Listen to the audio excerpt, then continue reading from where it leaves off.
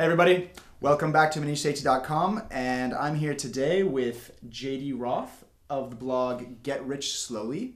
GetRichSlowly is one of my favorite personal finance blogs. Most of you know that my brother is Sethi, who's also in the personal finance space, and it's really interesting to get to see lots of different perspectives on personal finance and on excellent blogging tactics. And I've been talking with JD. I'm here in Portland, visiting JD and a few other people, and yesterday we went out and we had an amazing conversation about really cool stuff. And JD, do you want to introduce yourself a little bit to the readers? Sure. Well, hey, I'm JD Roth, and as Maneesh says, I write at GetRichSlowly.org, not .com, .org. We can talk about whether you should get a .org or a .com for your blog. And I'm a lifelong resident of the Portland area, and yeah, it's great to have visitors from down south. So JD's actually was one of Time Magazine's top 25 most influential bloggers last year, and it's amazing to see like somebody that I've been following since many years ago get up to that rank. And it was so anyway, I wanted to ask JD a few questions, and I know that a lot of you guys had a lot of questions about personal finance and about building a successful blog. So JD, tell me a little bit about like your blogging method. Like, how many posts do you write a day? What kind of posts do you try to write? Okay, well, my method has changed over the years. First of all, I've been blogging for a long time. I've been blogging since before blog was even a word. I started keeping a web journal in 1997 to chronicle my weight loss, my attempted weight loss. And I started a personal blog in 2001, and that eventually morphed into a personal finance blog. So along the way, I've had a lot of different ways of blogging, and it used to be that I would write when I felt like writing, and I would post, and that was it. And so sometimes I would post 8, 9, 10 times a week. Sometimes I would post once a week. When I started Get Rich Slowly, I continued that pattern. I just posted rather irregularly, but it grew really quickly, and I had an audience, and I felt this obligation to the audience, and I felt like, oh my gosh, I've got to produce content people are reading. I've got to put content out there. And so I got into this habit where for a long time I thought I had to post twice a day and then once a day on weekends. So I had to do 12 posts a week. And that's a lot of pressure to do 12 posts a week. How long were each of these posts? Well, it depended. I mean, when I was doing 12 posts a week, I gave myself permission to have shorter posts. So some of them would be maybe 200, 250 words. But most of them were like now, where I'm doing about 1,000 words a post. And but what I found is, I would aim for the 12 posts a week, and then I'd feel really bad, like, oh my gosh, I've only put up 10 this week, I'm a failure. And so I decided to change my perspective. This was in 2008, I think. I said, okay, I actually sat down and I thought about this, because I was feeling bad about blogging, and I thought, what can I do to feel better? And I said, all right, I'm going to aim for 1 post a day, and maybe do weekends. So that I was giving myself permission to do just 5 or 7 posts. And the reality of the situation was I kept producing the same amount as I was producing before, which was about 10 posts a week. But instead of feeling like a failure because I didn't get 12, I felt good because I was getting 5 or 7. So I mean, I was aiming for 5 or 7, but getting 10. So you were setting your standards lower to achieve better. Yeah. But it worked. I mean, yeah, it was a psychological trick. It worked. It worked. And at the end of the day, like 12 posts is a lot of posts. Yes. And so now, I mean, we're further on than I was in 2008. 3 or 4 years later, Get Rich Slowly has become sort of a business. It is a business. There's no question that it's a business. And I feel like I've said a lot of what I've had to say for the Get Rich Slowly audience, and there are other audiences I want to explore, so I'm writing in other venues. And so a lot of my writing energy is going there, but I still want to provide content for the people who read Get Rich Slowly. So I've brought in additional writers. There are staff writers at Get Rich Slowly who produce content. So we still we want to have a post every weekday, sometimes 2 posts, and 1 post on Sunday. But there are staff writers, I'm writing. I'm only aiming for 1 post a week now, and sometimes I do 2 or 3. Okay. And then what's been really valuable for me is to go towards reader-generated content. And by that I mean every Friday, most Fridays, I try to have a reader questions. Somebody's sending a question about how to handle their finances. Should they pay off their mortgage, for example? And so I'll respond with my feelings on it, my opinions, and then open it up for reader discussion. The readers love it. And then every Sunday, I post a reader story, a story that a reader has sent in about how they've handled their finances, how they've been successful, how they failed. And to me, from what I can tell, this is the feature the readers actually like the most, is reading what other readers are doing. Not what I mean, Interesting.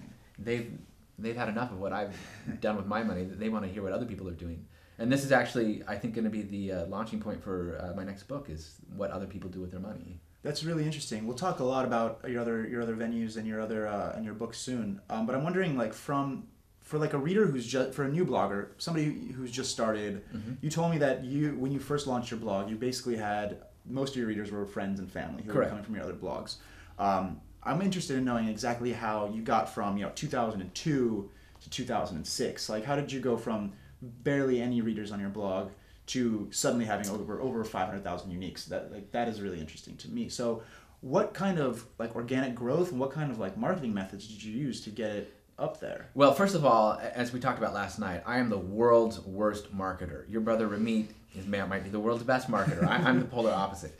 I'm not a very good marketer. I'm not good at self-promotion.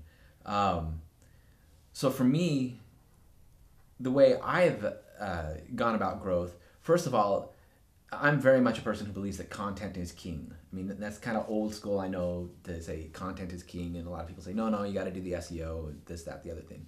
But for me, content is king. I've always been about the content. I want to produce content. And it's not just producing information that will help people, but I like to tell stories. I think it's very important to tell stories because people relate to stories. And it gives them some sort of a reference point to understand, oh, this is how I could implement something in my own life or whatever. So as far as the actual growth goes, when I started Get Rich Slowly in 2006, it was April 15th, 2006, most of my readers were family and friends. But I was fortunate that because I've been on the internet for a while, I had some moderately influential readers, and friends, people who ran other sites and who were familiar with my writing, and they started reading the blog and they'd mention it. And then I was an active member of other communities, certain other communities. For example, I was a very active member on a site called metafilter.com. And there was a mechanism on Metafilter to share in a non-spammy way what projects you were working on. So I shared, I'm starting this site about personal finance.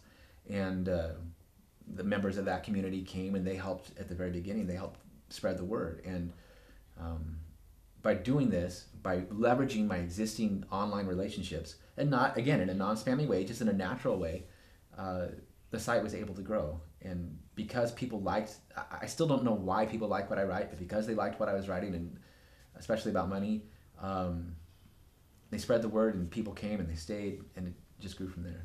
So I think it's really cool the way that you started off with a community of readers that followed you, and you sort of helped provide value to this community, offer things that they wanted to see, and they sort of organically helped you grow. Can you tell me a little bit about how is the speed of growth? That's interesting to me, because the way that I've seen it happen is that people will put in 2, 3, 4 years of work, and then suddenly something happens, right, and they explode. Did you have any explosive point, or was it kind of linear growth? No, it kind of grew in fits and starts, and it still grows in fits and starts. Within a couple of months, it started on April 15th. I guess it was by the end of June, I had a couple of thousand readers, a couple of thousand subscribers, which, having started some blogs since then, I would love if those blogs could get to a couple of thousand subscribers. I tend to get to about 500 or 600 and stall. But then Digg was very big back then. Digg was huge. And I didn't know about Digg until one day at the end of June, I had posted some article about something inconsequential. I don't even remember what it was. And I was out mowing the lawn, and like many bloggers, I'm an obsessive stats tracker. I track my stats all the time. And I'd been getting a few hundred hits a day, and I came in from mowing the lawn, and I'd had a few thousand in the past hour. I was like, holy cats, what is going on? Where did thousands come from? I don't get thousands. And from that point on, that brought a few other readers that were influential, and from that point on, it would grow in fits and starts. Every time that the site got on Digg, the readership would grow by a few hundred or 1,000 subscribers. And then very soon, I got my first media mention in the New York Times, and that brought some subscribers. Although media mentions, a lot of bloggers, they really want to get into outside media. They want to get in television or radio or newspaper. And from my experience, that's not really a great way for growth, because you want to get mentioned on big internet sites, because internet readers are reading on the internet. If people are listening on the radio, they're not going to go to your site. They're not going to take the time to type it in. You might get 1 or 2 readers from my experience. But did you start using, for example, you see on a lot of bloggers' pages, they'll add like on the top right section a list of all the media that they've been in. So it'll say featured in the New York Times, or featured in ABC. Did you do anything like that after your New York Times post? No, I didn't. It took me a long time to create a media page. And even now, I think now I do have something up there. Well, the Time magazine thing is up there for sure. But no, it took forever. Okay, so that's an interesting point. But I think it's good to do it though. Just because I didn't do it, I mean, again, I'm the world's worst marketer, so. I mean, it's interesting that you say the world's worst marketer when you told me last night you have something like hundreds of thousands of uniques a month, so you can't be that bad of a marketer. But it sounds to me like you weren't doing marketing so much as just trying to provide value that your readers actually wanted. Yeah. And so even when you were getting on Digg, when you were getting on, I'm assuming you were on Reddit a few times and sites like that, did you ever like actively write articles you thought would get to those sites? Yes. I mean, for a time, I think everyone was getting sucked into the idea, and I think many bloggers still do get sucked into the idea that, oh, I need to write to try to get picked up by a big site, a Digg or a Reddit or whatever. And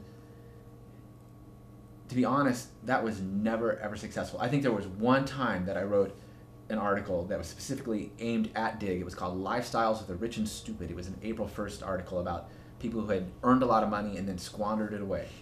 And that one went big on Digg, and it was specifically aimed at Digg, but that was the only one that I ever tried to do that actually worked. Okay, but did you ever try to do any that failed? Yeah, I did many that, I spent all this time crafting these big lists of whatever, 20 ways to make $10,000 in a year or whatever. 25 ways that Digg is better than Reddit. And those never worked. I mean, it just failed. And then I'd come in and from a day at the office and I'd have some mundane article. I can't think of an example right now, like how I drive a 13-year-old car and it saves me all this money or whatever. And it would have gone big on Digg, and I'm like, so eventually I just gave up. I thought, it's silly to put all my energy into trying to create these articles that are going to go big on Digg when they don't. And even if they were to, they're the kind of articles that they're not going to bring readers back to the site, whereas something about driving a 13-year-old car, that might bring somebody back to the site because it provides actual value, and it's a story, again, that people can relate to. I had a similar experience with my blog. I launched a few articles a few weeks ago, and I wrote a bunch of articles that I thought would be amazing posts. And then I wrote one just like quick article, 7 reasons why you should move to Berlin. I just wrote it one night, just took me 15, maybe 25 minutes or something. That article hit it huge on Hacker News. I was super happy about that. I had 10,000 uniques on the first post I put on the site. And then I also had put an email subscribe form, and it turned out that I got 10 email addresses from the 10,000 uniques, and only 4 of the people actually confirmed on the click. Oh. So I was like, this is interesting traffic, because really I'm not actually capturing these people. They're just coming in, seeing, and then disappearing. And so do you ever have a method for capturing any viewers that come to your site? Or is it mostly through RSS and people passively clicking the button that you put on the site? It's passive. And again, this is an example of me not doing a good enough job. I feel like, and I've had many people tell me this, that I Get Rich Slowly underperforms because I don't do certain things, and I realize that, and it's been very successful regardless of that, and I'm very thankful for that. But I feel like we could have more subscribers, we could have more visitors, we could make more money if we did some of these other things. And why don't I do them? I don't know, because I don't know, it just doesn't fit who I am or what I do. So but there are certain things like I think now there's a subscription prod at the end of every post, and I think that's good. And that's via RSS? I think this is actually via email. Okay, you have an email. You'd think I would know this, wouldn't you? No. My technical elves. For my site, I always talk about the advertising elves and the technical elves and the social media elves. Okay. Yeah. These are the people behind the scenes that take care of these things, and I focus on the content, because really that's what I'm about. And I'm a writer. At my heart, inside, I'm a writer. I want to tell stories. I want to help people. And this other stuff, the business stuff, I can do it, but it's not what I want to do. Mm-hmm. I've been finding the same issue with my blog in that, like, I thought that blogging would be spending most of my time writing, and then at the end of the day, I spend maybe 20% of the time writing, and most of the time is spent formatting a post, dealing with social media mentions, responding to comments. How do you figure out a way to, how did you find a way to, like, focus on what you really love to do with your blog? I haven't. I mean, okay, that's a cop-out. It's a process. It's an ongoing process, because if I want to write, and that's what I want to do is write, and the other things that we talked about, like learning Spanish, I mean, there are other things outside the blog that I want to do. If I want to focus on the writing, I've got to find ways to delegate these other tasks, and it's been a hard process because Get Rich Slowly was just me for so long that it was hard for me to remove myself from it, and it was hard for the readers to accept the fact that no, it became more of a community blog with multiple authors and other people doing things behind the scenes. It was a difficult process, and it's an ongoing process. So for me, finding ways, like bringing on staff writers, bringing on an assistant editor, bringing on somebody who's going to take care of the social media, finding people who can do these things so that I don't have to, has been very key so that I can focus my attention on the writing, which is what I love to do. Mm-hmm. That's awesome. This reminds me of like a sort of blog post on brainstorming, which is about building a system. Instead of trying to fight against the things that you don't want to do, exactly, you build a system that allows you to just focus on what you do and just let somebody else handle the rest. And that's tough, because I think that so many times we're taught in this culture, in the American culture, that you got to buckle down and do the stuff that you don't want to do. And it's true, you do have to do that sometimes. Mm-hmm. But if you are in a position where you're able to delegate or able to take the responsibilities that don't appeal to you, that don't bring you happiness, that you don't enjoy, that you don't want to do, absolutely do what you can to just focus on your strengths. Actually, I think we talked about Tim Ferriss a little bit, and I think in the 4-Hour Work Week, it's where he talks about how he had decided to focus only on his strengths instead of doing all these things that he's not particularly good at, to focus specifically on his strengths and ignore the rest. And he had amazing results. And so that's what I did, or what I'm trying to do.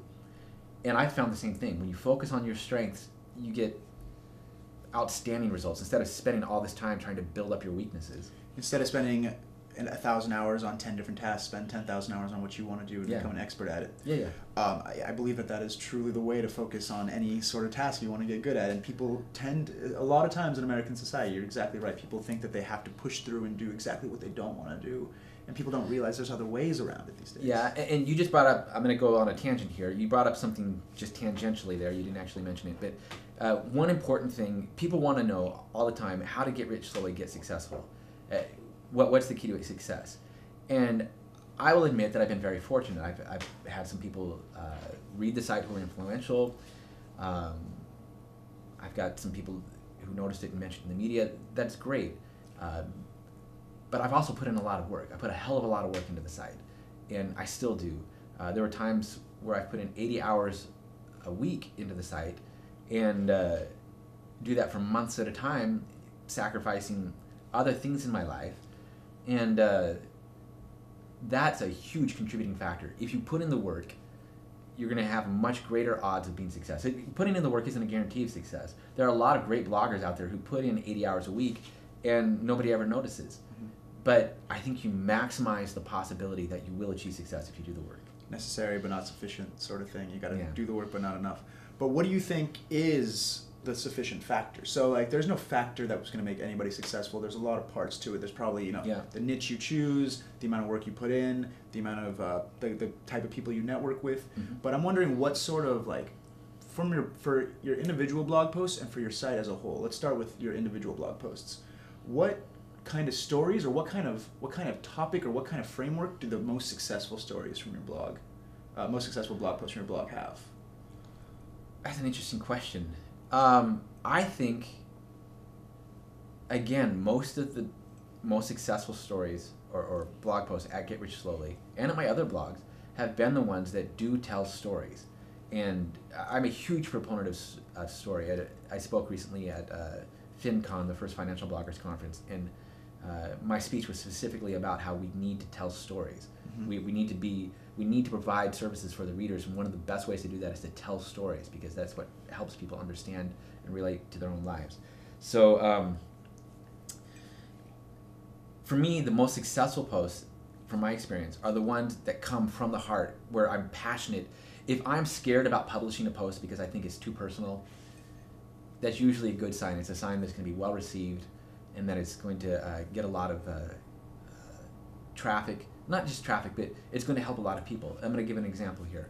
Was it 2 years ago or 3? I can't even. It's almost 3 years now. In January of 2009, my best friend, who I'd known for many years since high school, he committed suicide. And I didn't know, do I mention this on the blog? How do I handle this? Because it was very raw. I mean, I was devastated. It changed a lot of who I am and what I've been doing over the past 3 years, this one thing. And so I took a week off, and then I came back and I wrote about it. And it was a very raw post, and I was nervous about putting it up there, but it was very well received. Now, suicide is an extreme example, but there are all sorts of other posts where I write them and I put them up and I'm like, oh my gosh, is that too personal? Are people going to rip me apart? Are they thinking I'm sharing too much? And almost every time, those are the articles that achieve the most success. Interesting.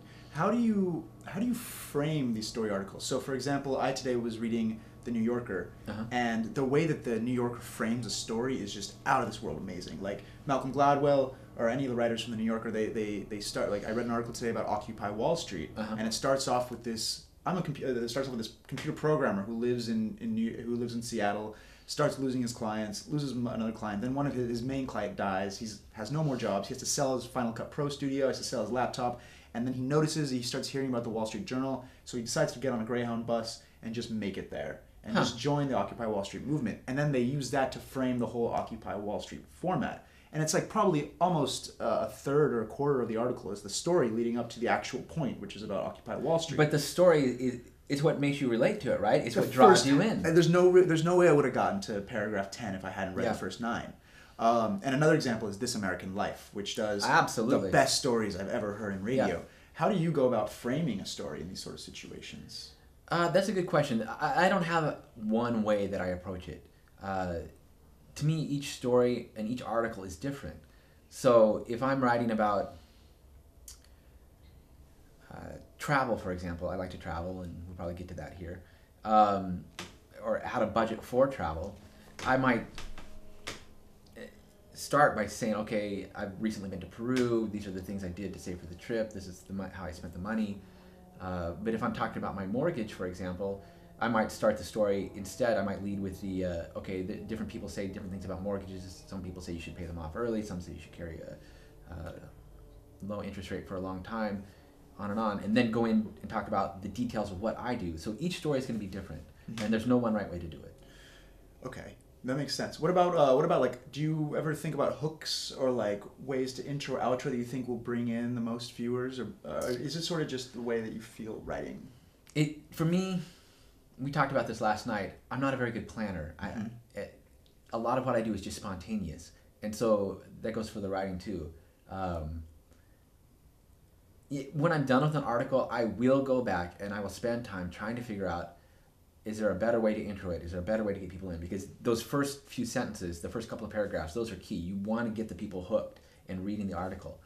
But I've also found that if I try to spend too much time, in my instance, or for my case, if I spend too much time trying to do this, I actually overthink it and I kill the article. Okay. And it deadens it. So again, each person's different. At Get Rich Slowly, my motto is do what works for you.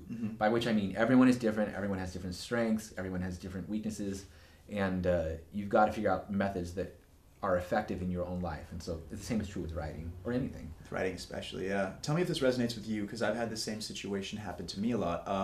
I'll spend hours and hours trying to plan my intro to the writing, and eventually I'm like, this is dumb. Let me just use this intro, and then I'll start paragraph 3. Paragraph 3 flows out of my mind easily. Paragraph 4, 5, 6, 7, everything's good. And then I'm like, the intro was lame. Let me go back and fix that. And I completely delete the first 2 paragraphs and just redo it. I've noticed that sometimes just jumping into things gets the most successful articles? Okay, yes, this is a great point, Maneesh. Absolutely. So I've taken many creative writing classes, and one of the things we were taught is instead of sitting down and trying to write whatever it is you think you want to write, you just start writing. You just free write, because sometimes you don't know where you're going to go. You just start. It doesn't have to be the beginning, and eventually, and this is almost always the case, eventually you will reach a point where you realize, oh, I've got an actual article here, or I've got a story here, and I can lop out these first 5 paragraphs I wrote, which are related to nothing, and start it here. Now, and I'll use another example from Get Rich Slowly. I publish a lot from staff writers now, and from readers, guest posts, reader stories, and that kind of thing.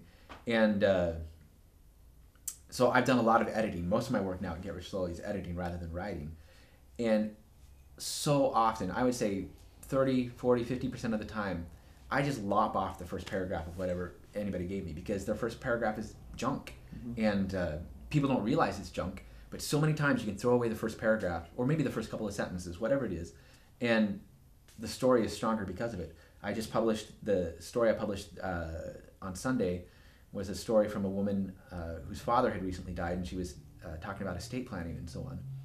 And she had an intro paragraph, but it didn't have any information in it, so I just yanked it out. Mm-hmm. And starting where I started made the story much more powerful. That makes sense. Drunk and white, sort of like write only what's necessary and yeah. more. Yeah, and that's kind of like metaphorical for any kind of situation you're doing. It's like, just start doing it and figure it out and fix it later, right? Yes. This is actually another thing I've learned. Yes, you just got to do action. I say, what is one? I have these 15, 16 tenets of Get Rich Slowly, my personal finance philosophy, and it's actually my life philosophy just applied to money. And one of them is the trite old actions are more important than words. Because so many people talk about doing things. They talk that they want to do that. They want to start a blog. They want to write a book. They want to lose weight, whatever. But talking doesn't accomplish anything. You've actually got to do it. I get this situation with all my students from my online marketing masterclass. Like, they basically will sign up, they'll pay a ton of money, and they'll take this class that really provides a lot of value. But the thing is, they just want to keep absorbing all the information. I'm like, don't even go to module 2 yet. Just watch module 1, watch the first video, and then do something, anything. Yeah. I've actually been thinking maybe I should just not allow them to get access to the rest of it until they do something, you know. So you and I have been talking about Spanish, because I'm learning Spanish. I've been learning Spanish for 5 months now. And I just took a trip to Peru. When I went to Peru, at the start of the trip, I'd only been taking Spanish for 3 months. And I went down there. I was with a group of 14, 15, 16 other people, most of them from Australia. Some of them knew Spanish better than I did. But they wouldn't talk Spanish. They were scared to go out and use their Spanish. And here, I don't know Spanish very well, but I was going out and talking with the people in the markets and in the restaurants and actually trying to use my Spanish because of what I've learned from Get Rich Slowly about actions being so much more important than words.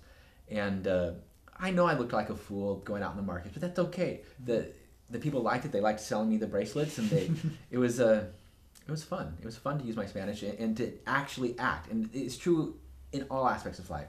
Actually taking those first steps and doing something is so much more important than just talking about it.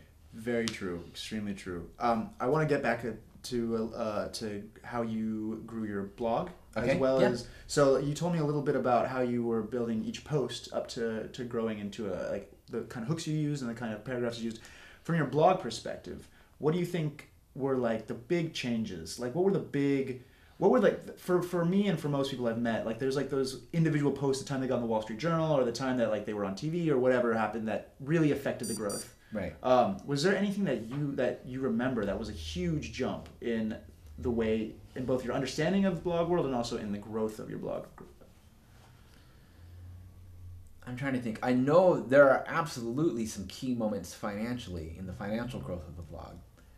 I'm trying to think as far as readership is Financial concerned. growth is great. Let's start with that. Okay, so not only am I the world's worst marketer, but I was also very poor at monetization with Get Rich Slowly.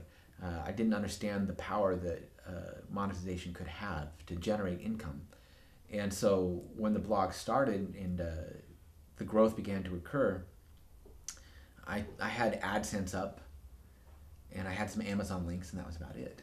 And I didn't realize that there were other affiliate programs. And I don't just mean affiliates where somebody's selling you an ebook and you signed up to be a partner with that. I mean, things like link share or commission junction, where you can go and there's a marketplace for big national companies that want to partner with bloggers or other websites to market their products. I didn't realize that these things existed.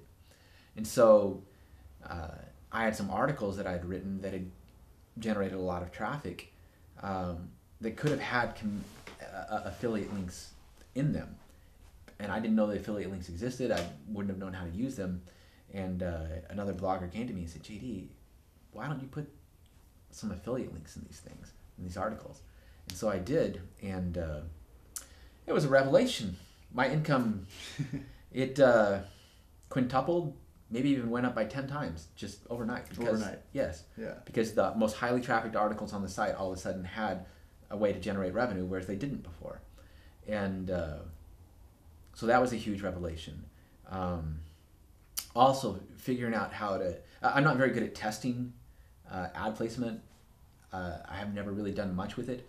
But one day I decided, you know, my AdSense ads, they're not doing as well as I think they ought to based on how many people I have. And so I started just messing around, moving them around, and I'd leave them for a week. And it's just kind of an informal test, nothing fancy like your brother Amit does, but just kind of an informal test. And I found that, oh, I can double the performance of an AdSense ad by moving it around from one place to another. And I talked to other bloggers, and they're like, yeah, that's why we have our ads on the left side instead of the right side. And some bloggers said, you know, I used to have this one vertical line that separated the ad from the main body of the content. And I removed that line, and it went up 30 or 40%. Yeah. Like, really, one line affects it? Yeah. So testing is important. Understanding what kind of monetization is appropriate for your site. For my site, for a long time, I would not have credit card ads because I was vehemently anti-credit cards, and so are most of my readers. And so to have credit cards ads just would have been wrong. The site has evolved and it's changed, so now credit cards, they're okay. I mean, they're okay for me. I understand that for a long time I couldn't have a credit card because I was bad with them, and I was deep in debt. Now, though, I've had a credit card again for 4 years and have always paid it off. It's not an issue. So anyway, yeah, you've got to understand your readership, and you've got to understand what works for you and what kind of products are good to market. Credit cards is an interesting topic. Let's tangent onto that for all right, sure. Because you know that my view on credit cards is I love them. right. I'm one of the Chris Guillebeau aficionados. Where basically it's just get as many credit cards as you can, get the miles, and always pay it off. Do you find that? I found that I would give this advice to a lot of people, and people are afraid to apply for new credit cards or whatnot because of, granted, if you don't pay it off, it's a very bad thing. Have you found that a lot of your readers, when you started switching to a credit card, do you ever talk about how you use credit cards on your site? Yeah. And do your readers often apply for new cards that you recommend or anything like that? I don't know. I mean, I don't do it often. I'm still hesitant to write articles about specific credit cards. I have done it, and Chris Guillebeau is a good example. At a planning meeting for his conference, the World Domination Summit, last April, he was mentioning this British Airways credit card that had this offer, and if you signed up for it, you got 50,000 air miles, and if you charged a certain amount within a certain period of time, you got another 50,000 miles. And I've never paid attention to air miles, so... But I said, 100,000 miles, what does that get you? And he told me, and it's like something like 2 round-trip tickets in the U.S. or something like that. I was like, wow, free, wow. And so I signed up for the card, and I did this. I would jump through the hoops, and now I have like 125,000 air miles. But so I wrote about that card, and I think I've written about one other card since. The readers don't really like that at Get Rich Slowly. Some other blogs, that's fine. It's fine for them to do it. But Get Rich Slowly is a little bit hesitant. But they don't seem to mind ads in the sidebar for credit cards, or there's a credit card finder page at Get Rich Slowly some people use. And so when you have these like blog posts which readers don't tend to like as much, do you tend to get more comments, or do you get more views on the ones that actually promote a little bit of like a fight between your readers? No, the only one who ever notices there's a fight going on are the regular readers. And so if there's a post that's got some sort of discussion or debate, the regular readers will notice it. Anybody outside is not going to really understand that that's going on. I get email from readers who will say, why did you post this? Why did you post about this credit card offer? Or I'll get the comments themselves, people will complain. Yeah, the commenters at Get Rich Slowly, the community at Get Rich Slowly is amazing. It's just outstanding. Instead of having snipey comments, it's almost all just interested people, educated people having discussions and trying to help each other. And so when it descends into a this is stupid type thing, I kind of tend to listen because it's out of character and okay. Yeah, it's interesting because sometimes I see a lot of bloggers try to promote a kind of a debate. They try to build like a debate going on in the comments so that they get people who are like, let me check out the site more. I gotta read through it. I think that if there were often debates, if there was often controversy, yeah, maybe that would draw some people to come back and look for the controversy. But then what's the purpose of your site? Is it to court people who are looking for controversy, or is it to actually help people and provide information? And for me, I want to help people and provide information, so I don't need the arguments in the comments. They make me tense.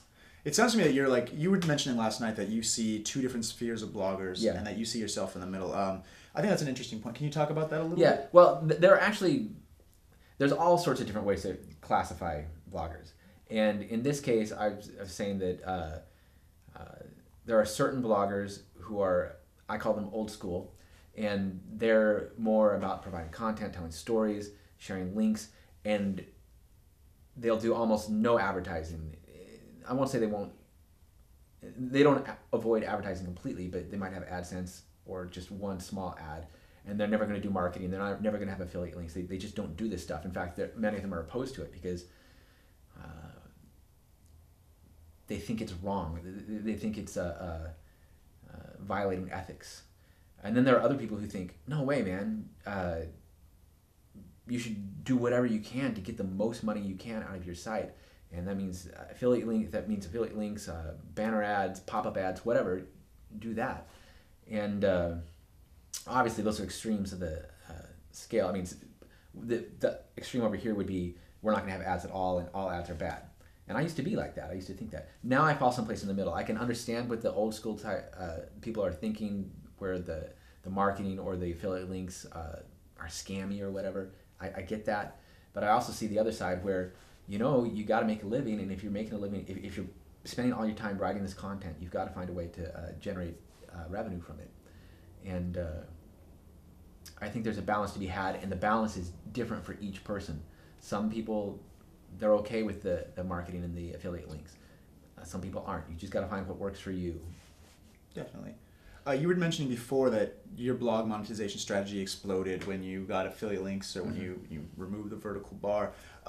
And you said it was based depending on the type of audience that you have. And I think that's really interesting. Some people have been seeing, for example, the product launch formula product but there's an information product called the product launch formula by Jeff Walker. Okay. That's one of the most famous information products. But the funny thing is, if you sign up to his email list, it's like you're getting hit over the head with a sledgehammer all the time about sales for this product. And the reason why is because this guy's getting all of his traffic is being funneled in through other affiliates. So he doesn't care if you stay on the list or not. All he's trying to do is just get a sale immediately. Oh. Whereas, so he's allowed to go ahead and just, no, he's not spamming. He's just continuously sending out tomorrow, which is going to be for sale because he doesn't mind. Whereas for you, you want to build a base of followers who continue to stay there. Correct. I'm trying to build long-term relationships is what I'm trying to do. So for your perspective, you've seen affiliate links that you recommend and actually recommend have been effective. And you said that a little bit of AdSense or credit card recommendations have been okay. Have you seen any other great blog monetization strategies that would be effective for people with your situation? For my situation, I still think that an information product would work for me if I were to sit down and craft an ebook and publish an ebook. I think that could be a fairly lucrative way to generate revenue. I haven't done that, but it's something that I'm looking at for the future. I think there are so many different ways to monetize that each person's got to look at their own individual strengths, what they like to do, and also base it on their audience. We've mentioned Chris Gillable a couple times. He's a good friend. He's here in Portland also, and for him, all he does is information products. He doesn't sell anything else. He doesn't do affiliate links. He doesn't do any of this other stuff. All he does is his information products, and it works great for him. And he's able to make a living off it, and he's able to travel the world because of this, and but I couldn't get by with just a pure information product standpoint. And I don't know many people who could. Okay. Okay. Cool. So let's talk a little bit about money, since you're the money expert. All right. How do you... the accidental money expert, I'll point out. It's kind of how it happens, right? Yeah, yeah. Every side that has the word rich in it ends up being about money, right? So what do you say for people who are in credit card debt, or people who are just out of credit card debt, or especially for people who are like in their 20s and just leaving college and are, maybe have student loans but don't have too much debt outside of student loans? How would you say that they should be setting up their finances? Let's talk about this more from a strategic perspective. So well, I have to tell you that your brother Ramit and I actually agree on a lot of things, and he's huge on automation, and I think automation is absolutely essential when you're starting out, because it puts you into a position where you can't short circuit yourself. You can't cheat yourself and put yourself back in the hole. So when I say automation is key, what I mean by that is have your paychecks automatically deposited to your to your bank account. Find a online savings account like ING Direct or wherever. Have your paycheck automatically deposited there. Have your bills automatically routed or paid from that savings account. And set up automatic investing. I'm a huge fan of automatic investing, using things like ShareBuilder, or I think Schwab even lets you do some automatic investing. So that you're not spending the money on other things, but it's getting invested automatically for you before you have a chance to decide, oh, I want to go out and go skiing this weekend or whatever. You take care of the important things first. And then after you've set up all these automation systems, then I said to put everything, have it automatically go into your savings account. Then I think it's okay to have it like an automated payment that comes to your checking account. And once it comes to your checking account, that's your money to spend. So it's almost as if you are a bill, your fun stuff is a bill that has to be paid every month too. You're paying yourself into your checking account for whatever it is you want to do. Now, I know a lot of people are going to be like, wow, I can't do that. But I think that this is the ideal situation. If I had a kid, if I had a son who was or a daughter who was just graduated from college, I'd encourage them to do this, to set up the automatic thing going into the savings account, and then from the savings account to everywhere else, including your checking account. This is one of those things that when I hear people who aren't doing this, I'm like, really? There are people who don't have automatic investing? Because I've been doing it for so long, and it's just the most effective thing I've ever done. Yeah. Adding just $100 a month that automatically transfers into my camera fund, for example. Yeah. Okay. That's targeted savings, and I'm all over that. Yeah, I do that through ING Direct, which is do you use ING for all? Yeah, absolutely. Yeah, INGDirect.com is a great bank that I recommend, and my brother does too. And it's like just every month, I have $100 going into camera, $100 going into DJ gear, or whatever. And suddenly after a year, I have $1,500 or $1,200 just sitting in an account waiting for a camera, and it's a great situation. For me, that's what I do for my travel fund. I have a travel fund. I have a used car. I bought a used Mini Cooper. I would like a new Mini Cooper, or maybe a less used. And so I have money that goes in the Mini Cooper fund. It keeps getting routed to travel. I mean, you can do that. Yeah. Because certain things are more of a priority, and for me, travel is more important than a car. These automatic targeted accounts. Some people say, why would you do that? Why don't you just use a spreadsheet? Well, if you can do it with a spreadsheet, do it with a spreadsheet. My wife, she uses a spreadsheet. She's listed all the different things she wants to do, and she knows how much she has in her savings account, and she knows what's targeted for what. But the more you can make it so you don't have to think about it, I think the easier it is to do. You take yourself out of the equation. And I don't know about you, but I'm the weakest link in my financial system. And so if I'm able to make it automated, every decision you make requires willpower, and every decision you make is more difficult. We were talking yesterday about this experiment I read where they tested your glucose levels, and after you make one decision that requires willpower, it's difficult to make the next one. If you can just remove yourself from the situation, it's often a much better situation. Yeah. I like to use also my ING records to look at what I cared about in the past. So I look at my old sub accounts from 2005 or 2006, and I'm like, oh, I really, really cared about traveling to Norway at this time. Where did that go? Yeah, see, I haven't had my accounts long enough to be able to do that. And plus, they've pretty much all been the same thing. Mini Cooper, travel. Before I bought the used Mini Cooper, I had to save for it, too. So I've had my Mini Cooper account for a while. Definitely. So let's talk a little bit about travel, since that seems to be really on your mind these days. How did that happen? I don't know how that started, really. I guess in 2007, my wife and I went with her sister and her parents. We went to England and Ireland. Her parents paid for a trip. And I loved it. It was the first time I had been outside the U.S. and Canada. It was my first time outside North America, basically. And it was fantastic. And so I thought, all right, I'd like to do some more of this. And so I thought about it for a while. When I finished my book, I got an advance on the book. Not a huge amount, but enough. Finished the book, and I said, maybe I can use some of this money to travel. So my wife and I, we decided as soon as the book is turned into the editor, we're going to Belize, which is in Central America. We went to Central America. Belize is great because they use the dollar for their currency. They speak English. That's their language. And it's a former British colony. We had a great time, and it just planted this seed. And so now I've been to Italy and France, Southern Africa. Just got back from 5 weeks in Peru and Bolivia. It was fantastic. And every time I travel, I just want to travel more. I love seeing how other people live. I love meeting other people. And I just love experiencing the cultures. Travel isn't for everyone. Not everyone enjoys it, but I do. There's this feeling, though, when you go to another place and you're like, oh my God, there's so much more. Like, there's people who speak different languages. Yeah. There's different lifestyles that people have. And to me, I was aware, people always say, oh yeah, travel changes you, and you realize that there's more than just your little part of the world. And I knew that going into it. I'm a pretty open-minded guy. I mean, I read a lot, and still, you're right. To actually experience it is a very different thing, to understand how people live and how people can be happy in different situations. And it's just something we don't get in the United States. We're so isolated.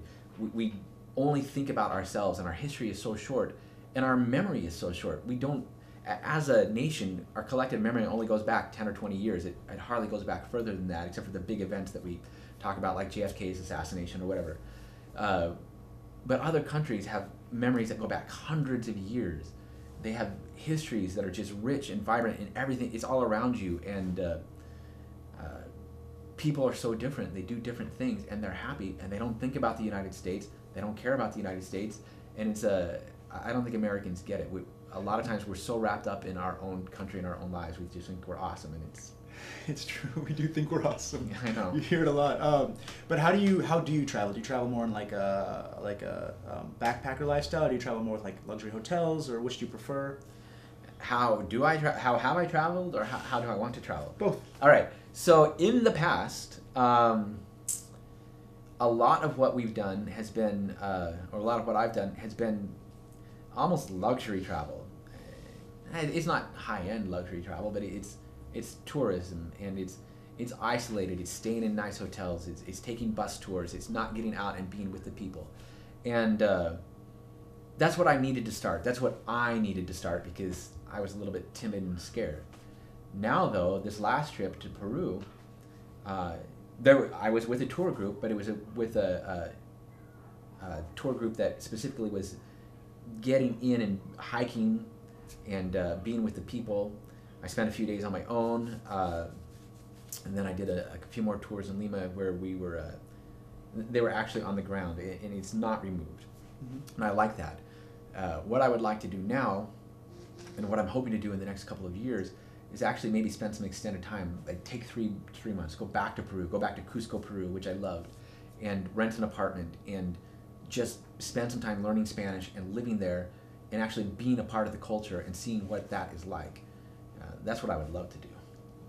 The difference between a 3-week trip and a 3 to 4 month trip is enormous, especially like when you get that apartment and when you get like those people, the cafe, the waiters who recognize you and remember your order, and there's just this feeling of having made a difference in a culture, like actually having an effect on a town. It's amazing. I hope I can convince you at some point to go to Buenos Aires or go to Medellin, Colombia, because after Cusco, you got to check out those places. I'll do it. I'll do it. Great. And so I think that's. Before we stop, let's talk a little bit about language learning, since it seems like you're deeply into Spanish. I was pretty. Muy bien. I was pretty impressed yesterday. We went out to Starbucks and we chatted a little bit in Spanish. And for most, your Spanish is very good for most Americans. And how did you? You've only done it 5 months without really spending that much time in another country practicing the language. How did you get to that point? Well, we talked earlier about how hard work is important. I've done a lot of hard work. So for me, I tried to learn a language when I was younger, but I wasn't very motivated, and I never got anywhere with it. I spent 4 years on German in high school and college, and basically don't remember any of it. And I think a lot of people are like that. They take it because it's required. But for some reason, something just lit a fire in me this last June, and I decided, okay, I'm going to learn Spanish. I've talked about it, getting back to the action and words. I've talked about it for so long that instead of just talking about it, I want to do it. And so I was talking with Benny Lewis from Fluent in 3 months, and I asked him, okay, Benny, I can afford to throw money at the problem. What's the best way to learn a language? He says, well, the best way is to go live in another country. I said, okay, what's the second best way? He said, hire a tutor. And so I hired a tutor. I went on Craigslist, and I just answered a random ad, and I sat down. I went to a coffee shop, met the woman, sat down at the table, and I knew in seconds that I wanted to work with her because I could tell we were going to relate very well, and she was very patient with me. And so what I've done is I've spent, for the past 5 months, 3 days a week, 90 minutes at a time, I meet with my tutor, and we don't talk completely in Spanish because I'm the weak link there. But we talk about Spanish. We're reading books together. We work on the grammar, and so we just make this gradual progress, and it's been awesome. Cool.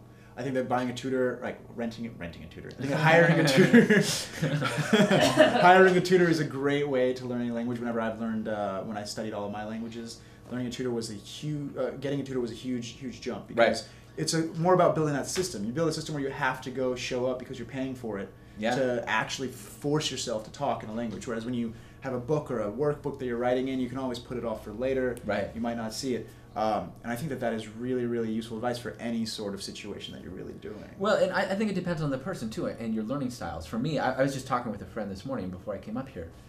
We were talking about the ways that I learn and the ways that I do things. So last night I mentioned that I've lost 50 pounds, and that's through CrossFit. And that's because with CrossFit, I'm working one-on-one with the trainer. And you do private training with the trainer? Well, it's not private. I mean, it's a small class. It's a small class. Yeah. Yeah, and so my trainer, Cody, he's very aware of where I am and what my strengths and weaknesses are, and he works with me. And so the same with the Spanish tutor. She knows what my strengths and weaknesses are, and she works with me. And I've discovered about myself that I need this one-on-one attention. So I would like to learn a musical instrument, and so I'm probably going to take piano lessons and go pay somebody to sit with me one-on-one. I guess that's probably the only way you can do it, but it's another example of how I learn. And there are other people who learn great from books. I was talking with my friend this morning, and he's like, oh yeah, your wife, she wants to sit down and read the information, and that's how she's going to learn. She taught herself French by sitting down and doing Rosetta Stone. She doesn't need the tutor. I'm like, yeah, that's true. And so there's different ways for different people. Yeah, you've got it. It's so important to know yourself about your writing style, about how you blog, about how you learn. I think knowing yourself and being honest with yourself about what is effective, not what you wish was effective. I think so much of my life has been wasted because I do things that I make decisions based on how I wish I was, or how I want to be, instead of how I really am. Learn who you are and then use that information to solve your problems. And that sounds like pat advice, and it can be tough to figure out, but I think that if you can figure out who you are and what you need, yeah. Definitely. Well, JD Roth, thank you so much for joining us. This was really fun, guys. Yeah. I hope you enjoyed the interview, and we'll catch you soon. All right. Thank you very much. Thank you.